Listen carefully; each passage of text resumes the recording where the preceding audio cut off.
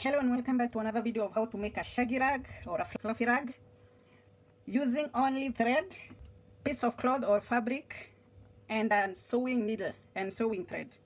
So as you can see, this fluffy rug does not have any loose ends, cut ends, not like cut ends like these ones in this rug or in this one, and it looks like a shaggy rug that has been made with a punch needle and made on a sackcloth, except that this one is made on a piece of cloth, piece of fabric, and not sack. So I'm going to show you how to make such kind of a fluffy rug with no loose ends using a piece of fabric, cloth, or old t-shirt.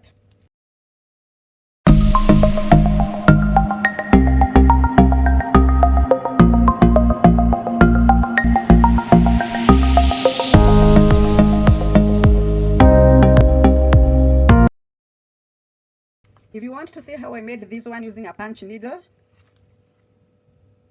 please watch this video here, and it's going to show you how I made this.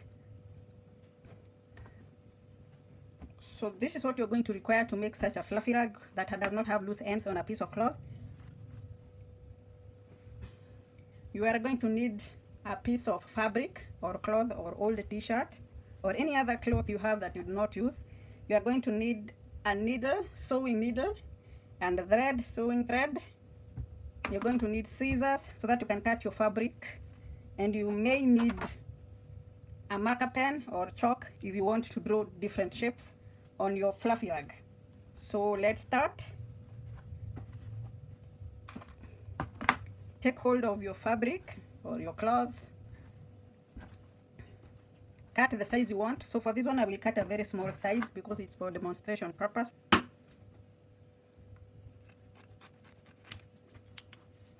So I have mine here. So assuming I want a pattern, like, so I want this and this color to be different, but I want them to be separated with a different color. So I have this. I will need my sewing thread. So allow me to make use of black, because black is visible with my color of cloth or fabric, and you can see how I am doing the stitches. So we are making this fluffy rug that does not have loose ends on a piece of cloth. I have my needle ready. So for demonstration purposes, allow me to use red, color red. So what I am going to do is get several strands. So if I am using a single strand, I will need to stitch too many of these single strands. So I'm going to make use of 4 strands of yarn or thread. So if you have a big bundle of thread like this, so here is a trick. You can always find the other end by inserting your fingers into one of these holes on the sides, and then you can draw the other end that unwinds from inside. So this one, so that instead of unwinding the one that is on top so many times, you can just take hold of the two ends like this, and then simply make 4 strands. So I am going to cut a short. So here's a tip: please do not cut very long threads.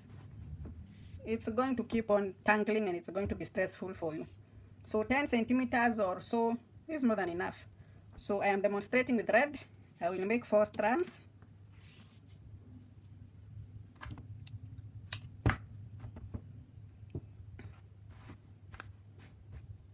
So here is my fabric or piece of cloth or a t-shirt. So what I need to do, I'm not cutting anything. So assuming I want to fill this with red and this with some other color. So I can start with any. So what I will do is fold this. So if I want to fill this with red, so this is what I will do. So this is the boundary I want for the red. So I will make sure that depending on how fluffy you want your rug to be. So you see mine has very long strands. If you want short, you can measure something like that. If I want long, I want something like that. So I want long, so I'm going to put that there. And then use the same distance on this other side. And then fold like that. I will make loops like that.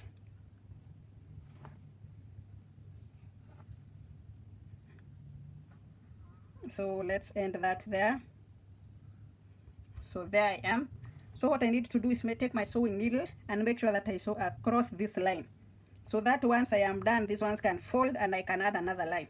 So for now, so allow me to cut this because we are at the end. So if you have a glue gun, it will be quite easy, because all you will need to do is make sure that you lift this just a bit, put your dot of glue, hot glue there, and then you punch there, and then the process will begin. So once you have made such loops, you need to sew across this line.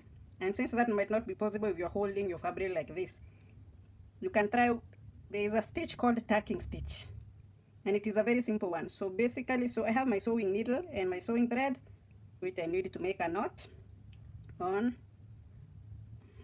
So insert from the underside and pull it through the upper side. So with the tacking stitch, you're basically holding these stitches temporarily. So you hold like this, and then you bring this, you bring it on top like that. So basically the black stitch is going, the black thread is going to go over this. So make sure you insert just over the thread another stitch. So you're holding them temporarily before you sew them permanently. So if you have lost track of where your loops were, you can just do them again. Make sure that this distance is equal to this. So here I am. Make sure your needle is above the red thread and then up.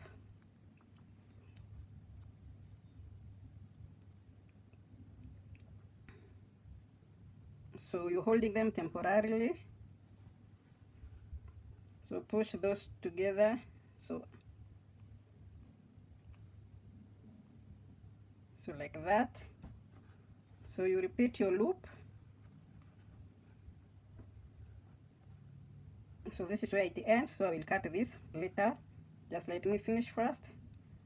So your needle is above the red thread to make it flat on the fabric, like that. So I just sew this.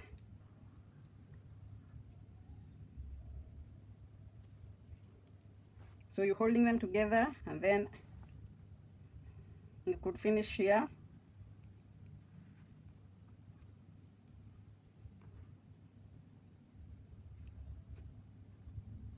So as you can see, you have held all of them temporarily. If you pull this, actually they are going to come off. You do not want that. You want them to be tightly fixed to the fabric. So this is how the tacking stitch looks like. So to make sure that, so if you like to adjust, right now is the time to do so, because your red thread is not held tightly on the fabric. You can also size this by cutting.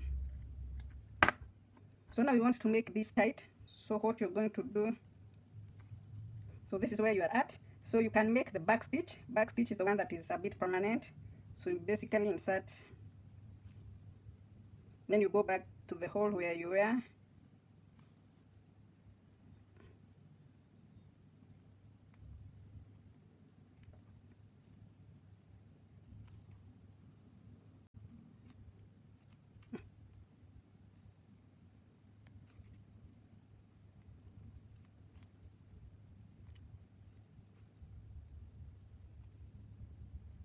You're done with that.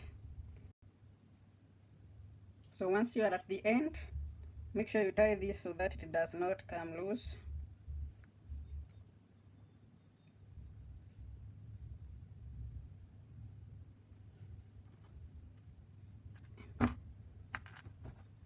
So what you need to do is fill this with the same loops, and then you can fold them like this. Add another line here and another line here of the same loops. That way you are going to have a lot of things like this. So this one, when you fold it, it's going to be like this line. So you have this entire line. So this is this, and then you can make another one here like this, and another one like this. And because you have many strands, it's going to be this thick. So that's how you make fluffy rug when using fabric, thread, and needle. Please watch Maggie's DIY rugs.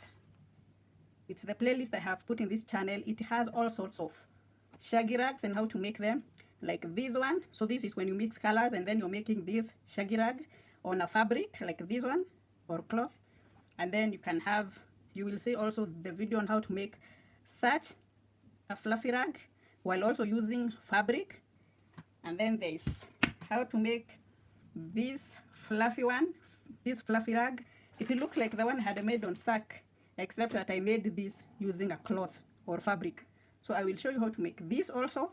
Also, there is a video on how to make a shaggy rug using the mat mesh, different types of mat meshes, and also how to use a crochet. Like if you do not have the fabric and you do not have the sack material and you do not have the mat mesh, then you can use just your thread alone.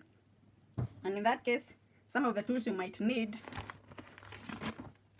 So some of the tools you might need when you want to make your DIY rug could be the normal crochet, especially if you're not using any of the mat mesh or sack or fabric. You will need to use only this crochet, or you can use this latch. Yeah, sorry, I got colored from my pen. So you can use this latch crochet. This is when you have a mat mesh like this one, and then you might need sewing needle and sewing thread when you're using fabric or cloth or t-shirt to make your shaggy rug. So watch this playlist if you want to see how you can make your fluffy rug, your mat, your DIY rug, whatever you call it. So watch this playlist to see how you can make whatever you want. Thank you for watching. Please subscribe and comment. If you're facing any challenges, please leave a comment. If your rug came out nicely, please show us and leave a comment in the comment section. We can actually put some of those comments on Facebook, on my Facebook page and Facebook group, or Instagram or Twitter called Maggie's DIY World. So if you cannot attach an image on YouTube on the comment section, just join Facebook, my Facebook group, Maggie's DIY World, also Facebook page, Twitter, Instagram. They go by the same name, Maggie's DIY World. So you can post there your comments or your images and encourage each other.